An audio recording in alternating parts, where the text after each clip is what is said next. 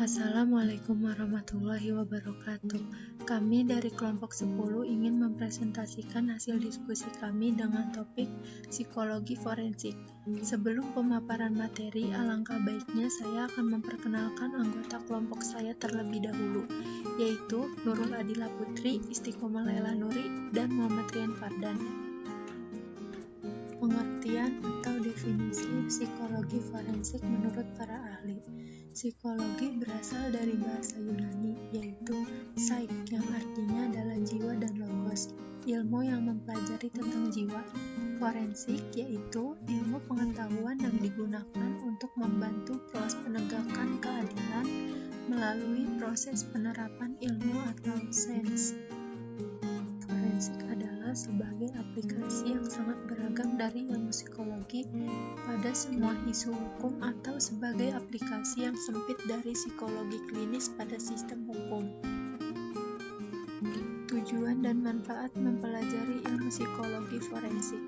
Tujuannya untuk memahami kaitan antara psikologi dan hukum serta aspek-aspek psikologis yang sangat berpengaruh di dalam proses hukum dan pengadilan sehingga membutuhkan peran keterlibatan dari psikolog forensik khususnya di Indonesia. Manfaatnya memahami tugas dan peran seorang psikolog dan ilmuwan forensik dalam dunia hukum.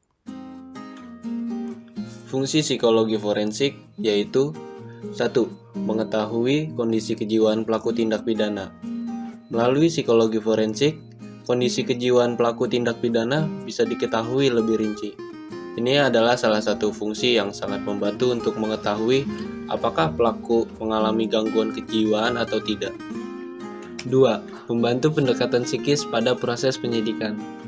Pendekatan secara psikis bisa dilakukan melalui psikologi forensik.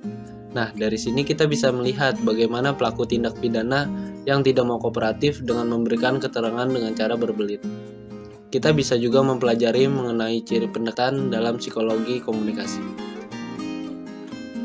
Dilanjut nomor 3, memberikan masukan dalam proses penyidikan. Proses penyidikan berlangsung bisa juga merujuk pada masukan dari psikologi forensik. Yang artinya, langkah-langkah apa saja yang perlu ditempuh bisa membantu melalui faktor dari psikologi forensik. Yang terakhir ada mengungkap motif pelaku tindak pidana. Psikologi forensik juga dapat mengungkap motif dari pelaku tindak pidana. Ini dilakukan terutama untuk mengetahui apa alasan sebenarnya orang tersebut dapat melakukan kejahatan. Motif tindak pidana ini kemudian yang bisa menjadi dasar untuk pemberian hukum yang tepat kepada pelaku tersebut. Peran psikologi forensik itu dibagi menjadi 3. 1. Membantu adanya proses penyelidikan. 2. Membantu proses penyidikan. Dan yang terakhir, 3. Melakukan pemeriksaan atau dukungan psikologis. Selanjutnya ada fase-fase psikologi forensik yang terbagi menjadi 3. Di antaranya investigatif, adjudikatif, dan preventif. Tentu saja fase ini mempunyai hubungan secara sirkuler.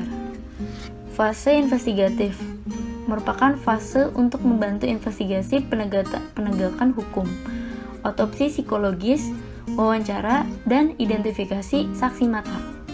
Fase adjudikatif. Fase ini memberikan informasi asesmen kesehatan untuk pengambilan keputusan hukum, asesmen kompetensi mental, asesmen kesehatan mental pada saat kejadian, asesmen terhadap cedera atau disabilitas mental, dan evaluasi hak asuh anak. Fase preventif. Fase ini usaha untuk mencegah perilaku yang tidak diinginkan pada masa yang akan datang, dan rekomendasi untuk penetapan hukum. Lalu ada ruang lingkup bidang psikologi forensik yang terbagi menjadi 4. Yang pertama ada psikologi perbuatan kriminal, psikologi perilaku kriminal, psikologi kriminal. Semua ini tentu saja berhubungan dengan kajian psikologis tentang kriminalitas atau kejahatan.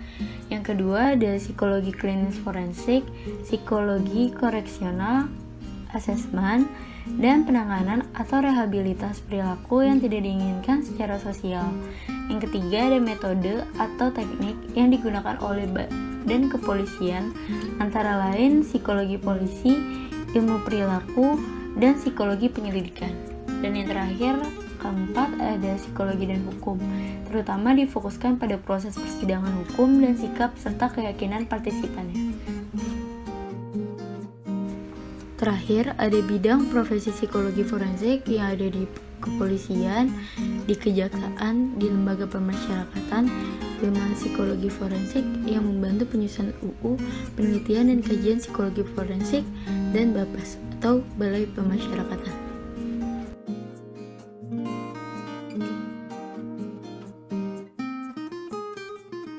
Pemaparan tadi sekaligus menutup presentasi dari kelompok kami. Semoga apa yang kami sampaikan bisa bermanfaat bagi teman-teman semua. Apabila ada pertanyaan, boleh diajukan kepada kelompok kami. Kurang lebihnya, mohon maaf. Sekian, terima kasih. Wassalamualaikum warahmatullahi wabarakatuh.